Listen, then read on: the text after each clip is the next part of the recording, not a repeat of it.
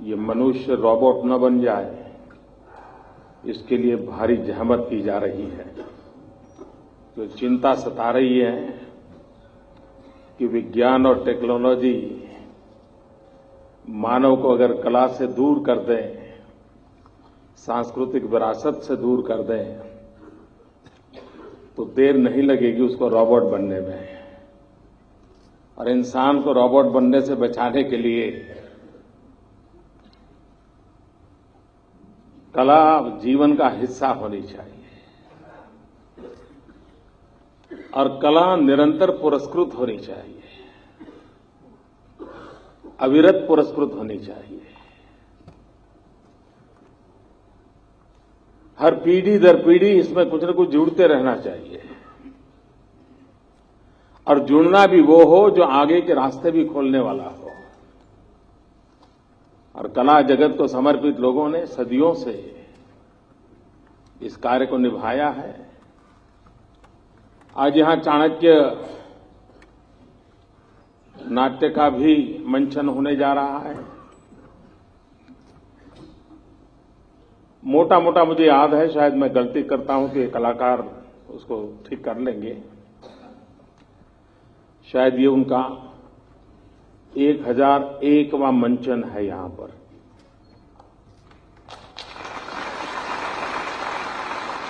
और मुझे याद है कि उनका जो पहला मंचन हुआ था उस दिन मैं मौजूद था।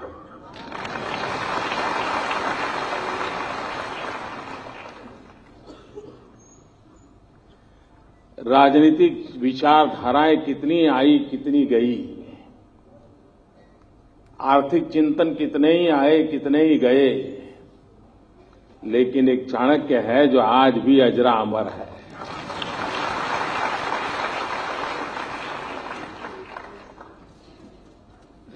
सदियों पहले एक महापुरुष कितना दूर का देख सकता है। आज भी अर्थव्यवस्था के संबंध में, मुद्रा नीति के संबंध में चाणक्य के विचार अगर पढ़ें तो लगता है कि आज जो स्थितियों से गुजरते हैं उसके संबंध में कभी पहले सोचा गया था। खैर, मैं पूरा समय तो नहीं रह पाऊंगा, लेकिन कलाकारों से मिलकर के जरूर जाऊंगा, क्योंकि कला का सम्मान तो होते रहना चाहिए। आज एक दो महत्वपूर्ण चीजें, वैसे आज मैं काशी में अलग अलग कार्यक्रमों में करीब करीब 2100 करोड़ रुपयों के विकास के कामों का या तो शिलान्यास या लोकार्पण करने वाला है।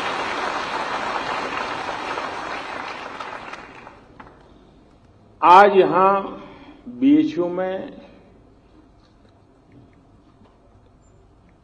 जिसका शिलान्यास हो रहा है, बहुत कम लोगों को कल्पना होगी कि इससे आने वाले दिनों में कितनी बड़ी सेवा होने वाली है। हमारे देश में जब भी कैंसर की चर्चा होती है तो मुंबई के टाटा रिसर्च इंस्टीट्यूट की तरफ ध्यान जाता है। भारत सरकार के द्वारा योगदान से वो इंस्टीट्यूट चलती है और उसमें जो लोग आते हैं, मरीज आते हैं, अधिकतम मरीज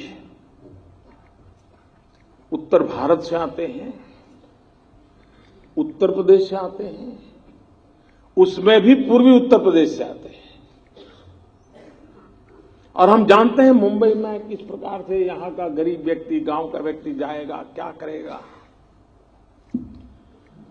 और उसी में से एक विचार आया कि क्यों न हम इस पूरे क्षेत्र के लिए, जिसका लाभ झारखंड और बिहार के लोगों को भी मिल सकता है,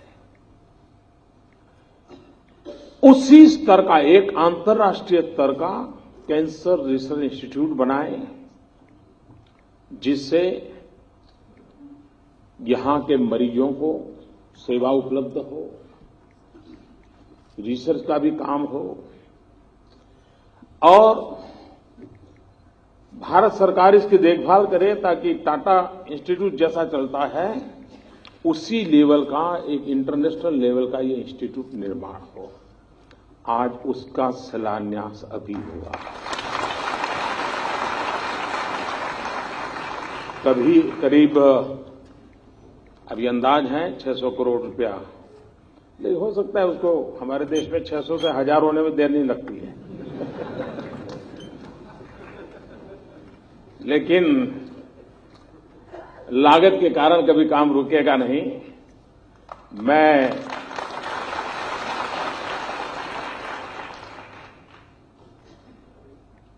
बनारस हिंदू यूनिवर्सिटी का भी आभारी हूं कि उन्होंने इस काम के लिए 10 एकड़ भूमि आवंटित करने के लिए सहमति जताई। तो एक बहुत बड़ा सेवा का काम इससे होगा। आज दूसरा भी एक काम हो रहा है कि यहां पर जो हमारा मेडिकल इंस्टीट्यूट चल रहा है, उस इंस्टीट्यूट के लिए भी शताब्दी सुपर स्पेशलिटी संकुल का भी शिलान्यास हुआ है।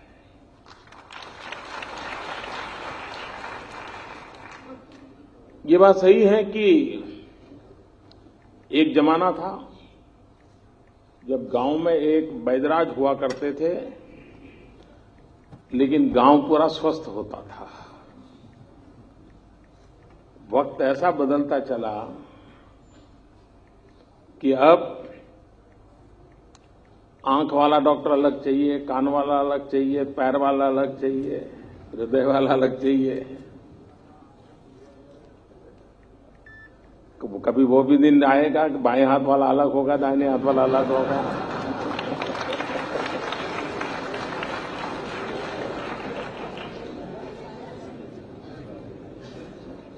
कहने का तात्पर्य है कि अब सुपर स्पेशलिटी का महात्म्य बढ़ रहा है।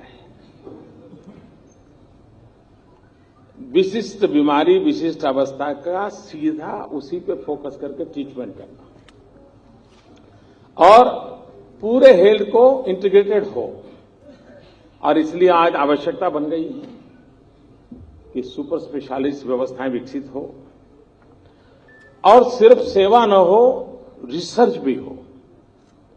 उस प्रकार के मरीजों का अध्ययन भी होते रहना चाहिए, उसमें किस प्रकार से बदलाव आए उसको भी देखना चाहिए।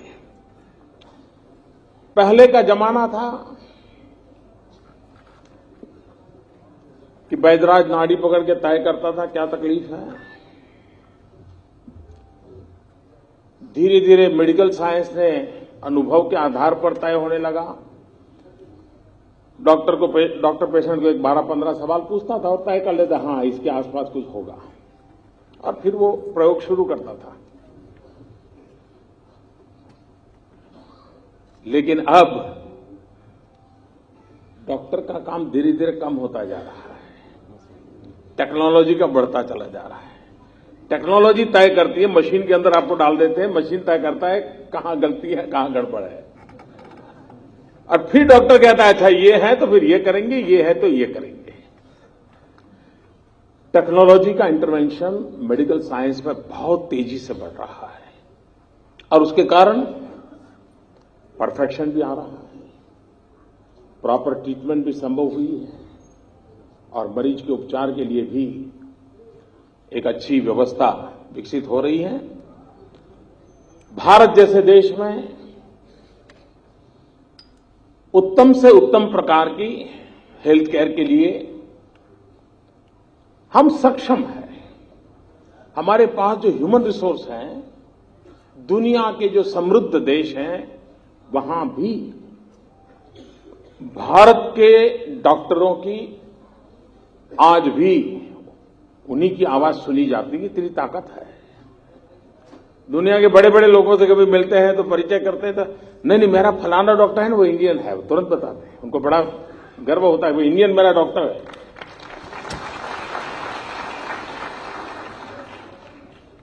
और इसलिए हमारे पास ह्यूमन रिसोर्स कैपेबिलिटी जिसको कहें बहुत है, लेकिन हमें गरीब से गरीब व्यक्ति को सस्ते से सस्ती और सही दवाएं कैसे उपलब्ध हो, इस दिशा में हम बहुत आग्रहपूर्वक काम कर रहे हैं। हेल्थ इंश्योरेंस से लेकर के हेल्थ एश्योरेंस पर हम बल दे रहे हैं। स्वच्छता अभियान हो तो भी वो अल्टीमेटली हेल्थ की ही केयर करने के लिए उपकारक होता है। तो ऐसे अनेक विषयों को लेकर के जेनरिक मेडिसिन, दवाइयां सस्ते में मिले और सही मिले, सही समय पर मिले, और इसलिए जन औषधि भंडार बहुत बड़ी मात्रा में उसका भी काम चल रहा है। तो ये जो दोनों प्रकल्प है वो एक प्रकार से गरीब की भलाई के लिए है। और मुझे आज महामना जी की स्मृति में इस काम को करने का अवसर मिला है, ये मैं अपना सौभाग्य मानता हूं। आप देखते होंगे इन दिनों देश का एक बहुत बड़ा सफाई अभियान चल रहा है।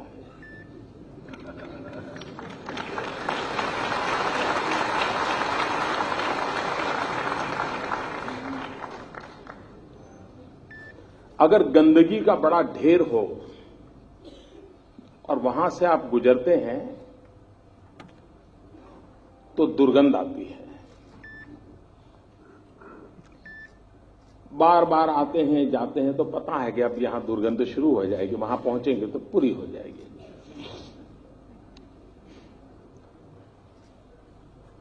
और एक सीमा में दुर्गंध महसूस होती है, उससे ज्यादा फिर महसूस नहीं होती। लेकिन जब उस ढेर की सफाई शुरू करते हैं तो गंध इतनी ज्यादा महसूस होती है कि वहां से गुजरना मुश्किल हो जाता है।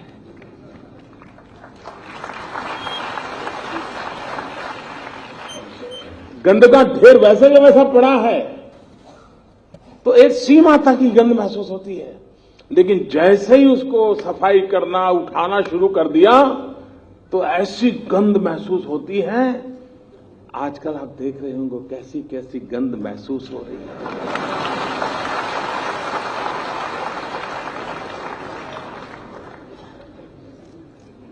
लेकिन एक बार ढेर साफ हो जाए तो फिर मन करता नहीं, यार ये तो जगह इतनी अच्छी बगीचा बनाया जा सकता है।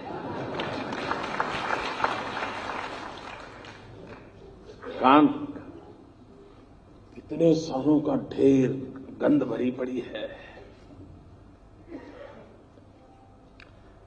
लेकिन एक काशी के आशीर्वाद है कि मैंने गंद की सफाई का बेड़ा उठाया है।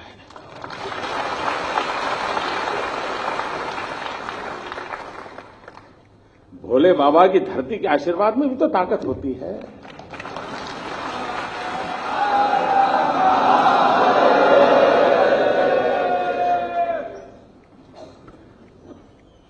कुछ लोग कहते हैं कि मोदी जी ने इतना बड़ा डिसीजन ले लिया, लेकिन उनको अनुमान नहीं था।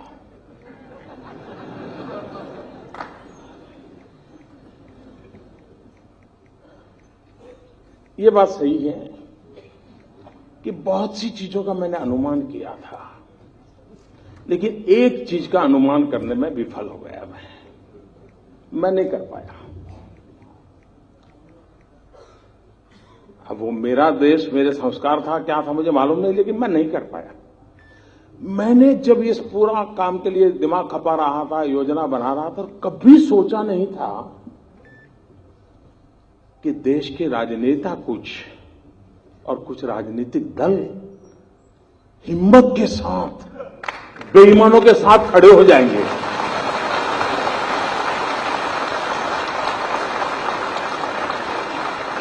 ये मैंने हिसाब नहीं लगाया था जी, मैंने सोचा ही नहीं था कि संभव है। और आपको मालूम है, अब मैं सोच रहा हूं ये सब कैसे हो रहा है जी। पाकिस्तान घुसपैठियों को हिंदुस्तान में भेजना हो तो क्या करता है, वो सीमा पर फायरिंग शुरू कर देता है, तो फिर हमारी फौज भी बिजी हो जाती है उसके साथ, तो इधर उधर चलती रहती है आमने सामने, और लपक करके वो घुस जाते हैं।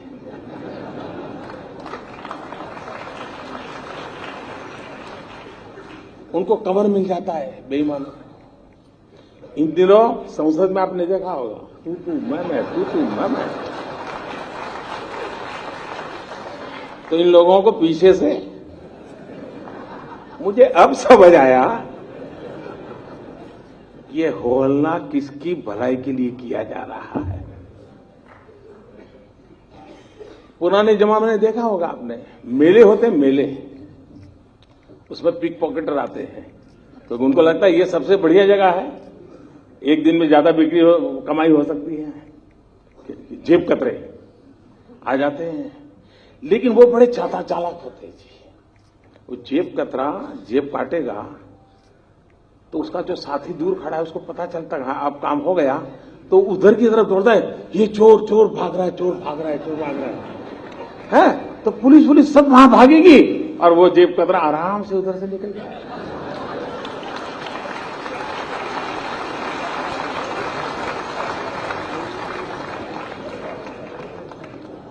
बेईमानों को बचाने के लिए, बेईमानों को रास्ता दिखाने के लिए न जाने कैसी कैसी तरकीब अपनाई जा रही है। लेकिन भाइयों बहनों, देश देखिए, दुनिया को इस बात को समझना होगा, जनता को कष्ट कम नहीं हुआ है, बहुत तकलीफ झेली है, कभी सोची नहीं इतनी तकलीफ झेली है जी। उसके बावजूद भी ईमानदारी के रास्ते पर देश चलता है तो कष्ट झेलने के लिए तैयार हो रहा है। 6-6, 8-8 घंटे कतार में खड़ा रहता है ये। इतनी तकलीफ के बावजूद भी जब मुंह में उंगली डाल करके पूछा जाता है, फिर आखिर में कहता है नहीं, लेकिन किया तो अच्छा है।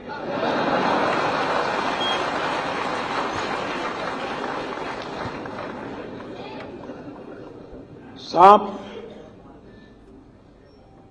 मैं देश के राजनेताओं को कहना चाहता हूं कि हम 125 करोड़ देशवासियों की ताकत पर भरोसा करें। ऐसा सद्भाग्य नहीं मिल सकता है कि जहां 125 करोड़ देशवासी अपने स्वार्थ के लिए नहीं, कहीं कुछ मिलता और कतार में खड़ा रहे हो तो अलग बात है, ये तो भाई देश का भला हो, कष्ट झेलूंगा, ऐसा साहब दुनिया में कहीं संभव नहीं होगा जी। इन 125 करोड़ देशवासियों को जितना नमन करे उतना कम है जी, जितना नमन करे उतना कम है। और जब जनता जनार्दन तो स्वयं ईश्वर का ही अवतार होता है, और जनता जनार्दन के आशीर्वाद मतलब ईश्वर के आशीर्वाद होते हैं, और जिस सत्य के काम में ईश्वर के आशीर्वाद होते हैं वो सत्य कभी भी ओझल नहीं हो सकता, वो सत्य उजागर के ही रहता है, वो परिवर्तन ला करके ही रहता है। और कुछ लोग विरोध करने में इतना अपना संतुलन खो देते हैं, मैं तो हैरान हो जाता हूं। इन दिनों अब इस पर तो बोल नहीं पाते, कह नहीं सकते कि काला धन नहीं है, कह नहीं सकते कि भ्रष्टाचार नहीं है, ये भी नहीं कह सकते कि जाना नहीं चाहिए, तो लेकिन कुछ तो बोलना है, तो क्या बोले। लेकिन बोलने में ऐसी गड़बड़ करते हैं जी। अब बताइए, हमारे पूर्व प्रधानमंत्री, जब मैं कह रहा हूं ना कि भाई समय की मांग है, बदलाव आना चाहिए।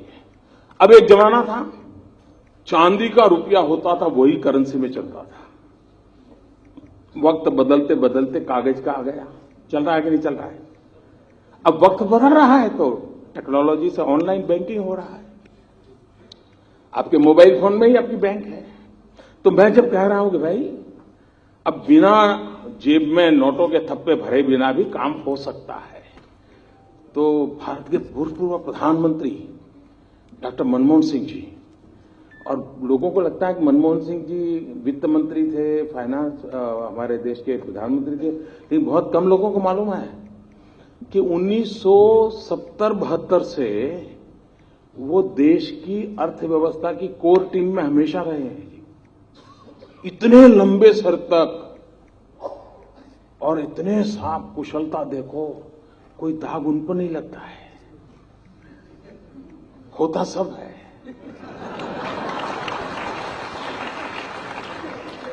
उन्होंने अभी ऐसा कहा, जब मैं कैशलेस की बात करता हूं, उन्होंने कहा कि जिस देश में 50% लोग गरीब हो, वहां ये टेक्नोलॉजी वगैरह कैसे हो सकता है। अब मुझे बताओ भाई, ये वो अपना रिपोर्ट कार्ड दे रहे हैं कि मेरा दे रहे हैं?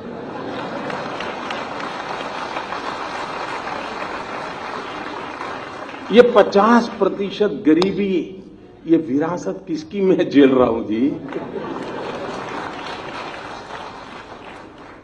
मनमोहन सिंह जी, आप विरोध करें, कोई बात नहीं, आप पूर्व प्रधानमंत्री हैं, हम गंभीरता से लेते हैं आपकी बात को, लेकिन आप अपना रिपोर्ट कार्ड दे रहे हैं, ये मुझे खुशी हो रही है। उनके एक दूसरे महानुभाव जो देश के वित्त मंत्री रहे, वो लेख भी लिखते हैं, श्रीमान चिदम्बरम जी, उन्होंने कहा कि हमारे देश में 50% गांवों में अभी भी बिजली नहीं है, तो कैशलेस कैसे करोगे? अब बताइए साहब, कहीं पर बिजली थी किसी गांव में, मैंने आकर के खंभा उखाड़ दिएगा।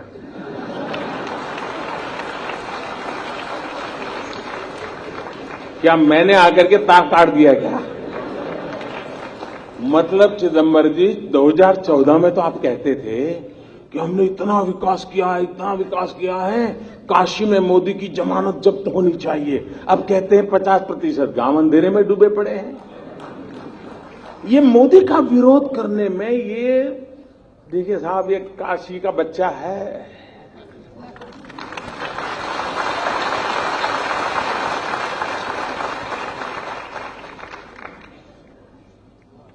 काशी की जनता ने मुझे पाला, पोषा, और इसलिए इस पवित्र धरती के आशीर्वाद है कि इधर से हो उधर से हो, तुमसे सच निगलवा के ही रहेगा।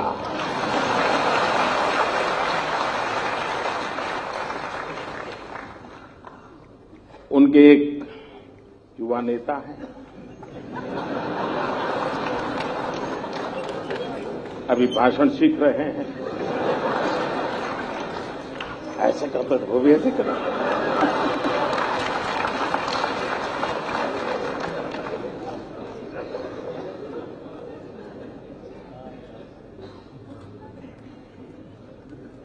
जब से उन्होंने बोलना सीखा है और बोलना शुरू किया है, मेरी खुशी का कोई पार नहीं है।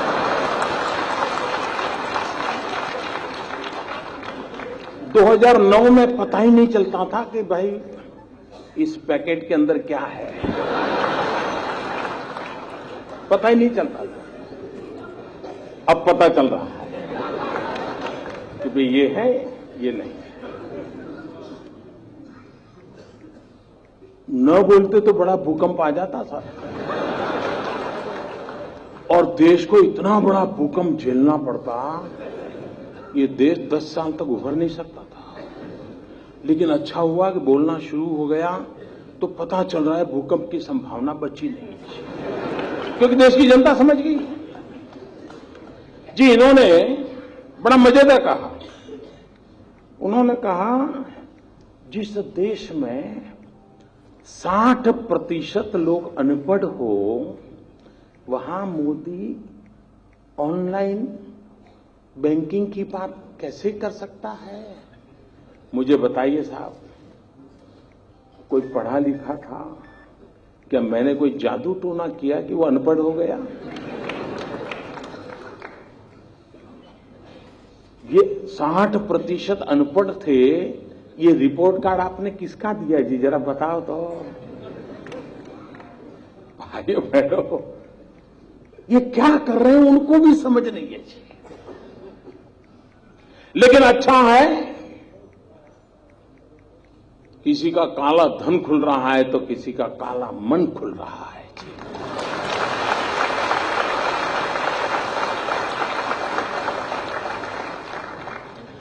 लेकिन देश साफ सुथरा होकर के, स्वच्छ होकर के सोने की तरह तप करके निकलेगा, इस विश्वास के साथ में लगा हूं।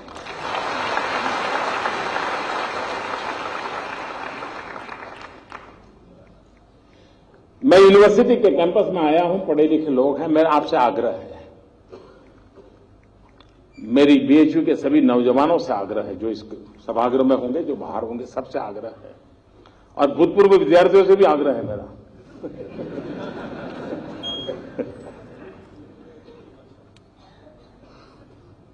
काला धन, भ्रष्टाचार की सफाई तो हो, लेकिन फिर से पनपे नहीं, इसकी भी व्यवस्था होनी चाहिए। इसमें मुझे आपकी मदद चाहिए, पढ़े लिखे नौजवानों की, और वो मदद चाहिए कि हम ऑनलाइन बैंकिंग की और लोगों को तैयार करें। अब चाय मोबाइल फोन से भी पेमेंट देकर के पिया जा सकता है, चाय मोबाइल फोन से पेमेंट लेकर के बेचा जा सकता है, हर चीज संभव है। आपके मोबाइल फोन में ही आपकी बैंक है, अगर आपका बैंक में खाता है, आप आराम से उसको ऐप को डाउनलोड करके कारोबार चला सकते हैं। हम जितना ज्यादा ये करेंगे, ये नोटों का खेल बंद होना शुरू हो जाएगा। और इसलिए भ्रष्टाचार, काले धन के खिलाफ की लड़ाई हमको जीतनी है। जाली नोट, उसको तो 8 नवंबर को ही उसको दफना दिया गया। आतंकवाद, नक्सलवाद, माओवाद, नॉर्थ ईस्ट में इंसर्जेंसी, सारा कारोबार एक झटके में चौपट हो गया। बहुत बड़ी मात्रा में नक्सल लोग आजकल सरेंडर करने लगे हैं, क्योंकि खिलाएगा कौन? पुरानी नोट तो चलती नहीं है। भाइयों बहनों, कुछ निर्णय ऐसे होते हैं कि जो समाज जीवन में एक बहुत बड़ा बदलाव लाते हैं,